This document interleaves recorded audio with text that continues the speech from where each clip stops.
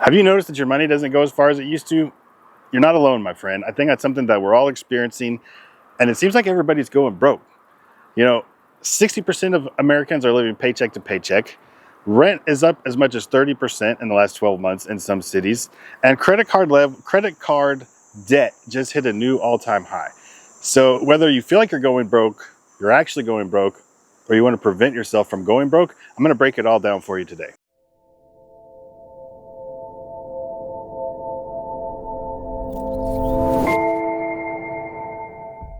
Just in case you're new here, this is the Retirement Mentality channel. It's a place where we want to change your mentality about retirement, and we do that by talking about money on this channel. And today I'm talking about how it looks like everybody's going broke. Like I mentioned in the beginning there with credit card debt hitting all-time highs. This thing is hitting middle-class people, upper-class people. They say they have inflation under control after its all-time highs up around 9% or wherever it got to. But if inflation is getting under control and it's back down in the 3 to 4% range, have you guys seen prices coming down? Is your income, has it shot back up? I don't know how they're saying inflation levels have come down when, it seems like once prices go up, they just never come down again. It's like they say, once you get a new tax, it never goes away. Any temporary tax seems to last forever. So your money just really isn't going as far as it used to. I've been digging through a lot of statistics to do this video. And the most interesting thing that I found, which it shows that the percentage of people's credit card debt to their income level is actually going down. So people used to have 10% credit card debt to income. Now they have like 7.9%. So that number is trending down, and you think, oh, well, that's a good thing. It either means people's wages are going up or people are carrying less credit card debt. Well, credit card debt just hit an all-time high. So people are not carrying lower balances, which means people's income is going up. But the interesting part is delinquencies are also going up. So even though it's a lower percentage of their income, more people are late on their credit card debt. So I had to try to wrap my mind around why this might be. And obviously, inflation is higher. Everything costs more. People are probably trying to use their credit cards less, so they're spending more of their cash. And also, their house payment and their rent payment have gone up so much, it's sucking out whatever is left over. So as balances go up, basically as your income goes up, your credit card balance is a smaller percentage, but you still can't keep up with the payments. The average credit card interest rate's over 20% right now. So people are just getting sunk by the credit card debt that they have. Their auto payment, the average car payment in this country is like around $1,000 now. And with the higher cost of housing, whether you rent or whether you bought a house, your mortgage is going to be higher, and there's just nothing left over. And you can see that in this graph, which shows that the savings rate of Americans is at an all-time low. This graph goes all the way back to 1960, and it's very interesting when you look at this graph and you look when the pandemic happened.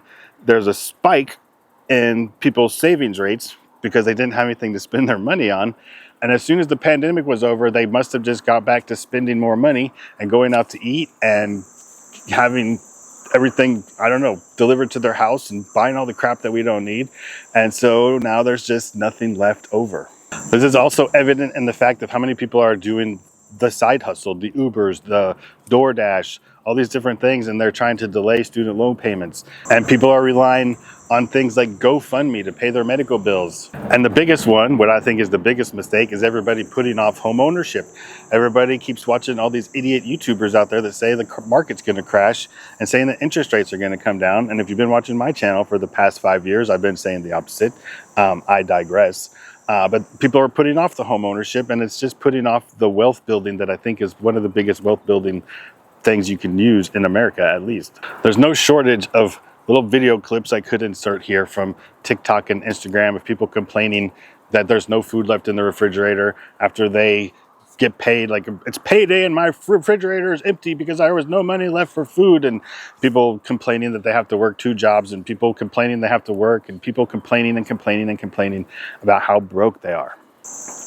But that's all counterbalanced by the other side of social media, with everybody who's up to their eyeballs in debt, being a travel vlogger, trying to travel the world and make money and show you how great it is and how easy traveling the world is and what a great life they have in Bali and all these other things and how rich they are.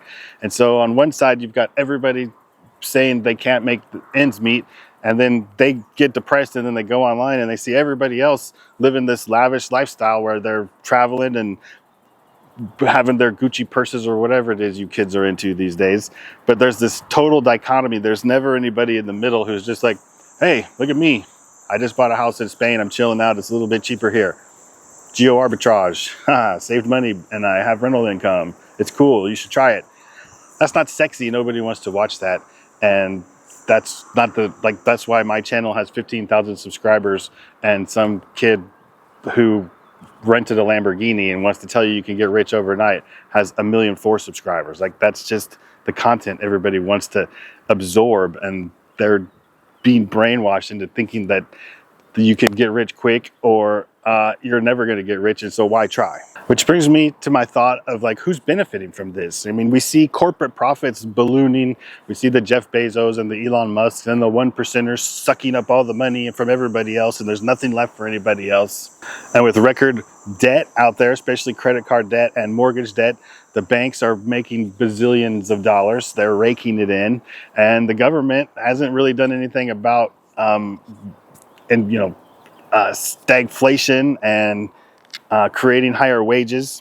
So what can you do? How can you prevent yourself from going broke, or try to ease the pain of all of these higher prices? And, there's the obvious things: cut your spending, make more money. Well, a lot of times that's easier said than done. Cutting spending is the easy one.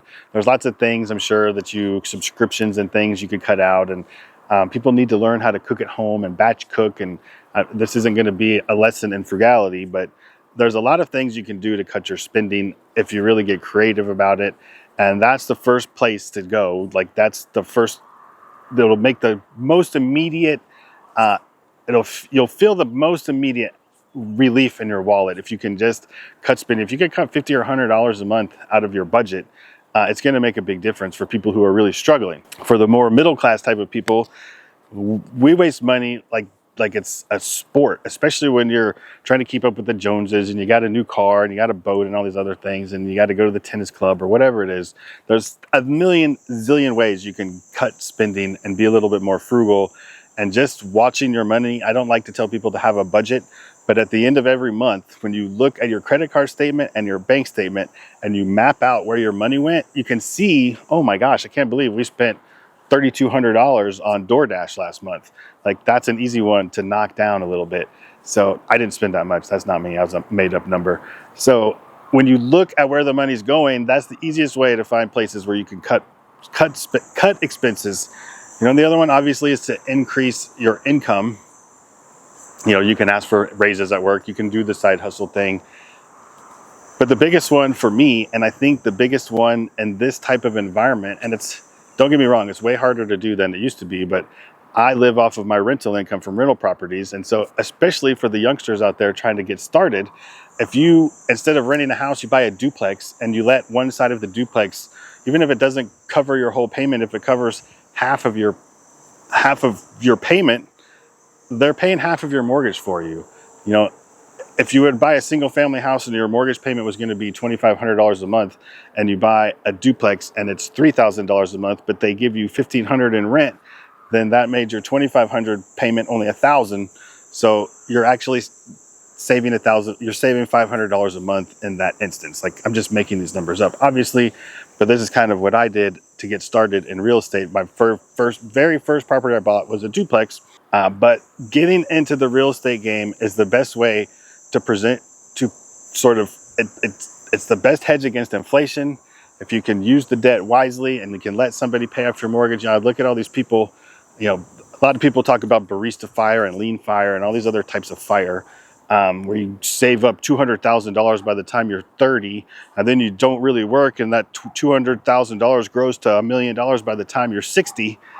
But that's $1 million 30 years from now, and it's only going to be worth, who knows, but it's going to be worth, with inflation, $600,000, and it's not going to be enough to live off of. So I think a lot of people are making a mistake with these barista fires and lean fires and stuff, and trying to build wealth and create a real estate portfolio or some other type of income streams that can come in is really the key to this whole thing. If you feel like you're going broke, despite having made some of these changes, Leave me a comment down below. Let me know what you've done or what you think you might do to try to prevent yourself from going broke. And let me know if you feel like, you know, you're just drowning in debt, or tell me like, hey, I'm doing great and here's why I'm doing great. And maybe that can help somebody else down in the comment section too. And if you feel like you're kind of stuck and you're just not really happy in your life, go watch this video. I just did this video about how to live a happy life. Nobody seemed to watch it, but it's a great video. So go watch that video next and you'll be a more happy person. Give me a thumbs up and subscribe to the channel if you like this, and I'll see you in the next video about how to be happy.